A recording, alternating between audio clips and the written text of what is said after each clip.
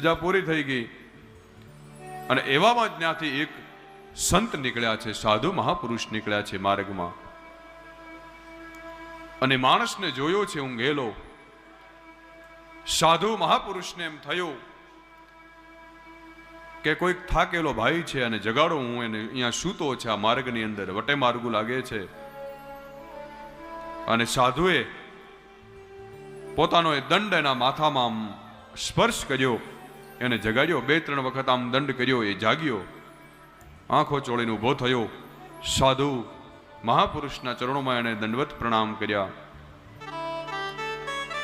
એ મહાત્માએ પૂછ્યું કે ભાઈ અહીંયા કેમ સૂતો છે તું? કે મહારાજ હું બહુ થાક્યો તો ને આવતો તો અહીંયા માર્ગમાં મને વિશ્રામ કરવા માટે બેઠો, થાક ઉતારવા માટે કરીને બેઠો અહીંયા, મને નિંદર આવી ગઈ, હું સૂઈ ગયો. પણ ત્યારે ભાઈ એ સાધુને કહે છે મહારાજ આપે મારા ઉપર બહુ એક કૃપા કરી છે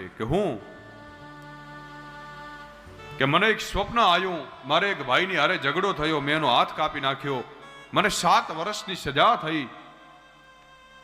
અને એ સ્વપ્નની અંદર મને 3 વર્ષની સજા થઈ, હજી 4 વર્ષની સજા બાકી હતી, ત્યાં તો તમે મને દંડ મારીને જગાડી દીધો. તો મારી 4 વર્ષની સજા સ્વપ્નની અંદર મારી માફ થઈ ગઈ. ત્યારે સાધુ મહાત્મા કહે છે કે ભાઈ અમે એટલા માટે જ બધા લોકોને જગાડીએ છીએ કે સંસારમાં જેટલા જન્મ્યા છે બધાની સજા માફ થઈ જાય. કોઈ સાધુ પુરુષ મળે, કોઈ ગુરુ મળે, એ દંડ દ્વારા આપણને જાગૃત કરે ગુરુ, અને આપણે સંસારમાં ફસાયેલા હોઈએ એની માયામાં, અને સદગુરુ આપણને માયાથી દૂર કરે.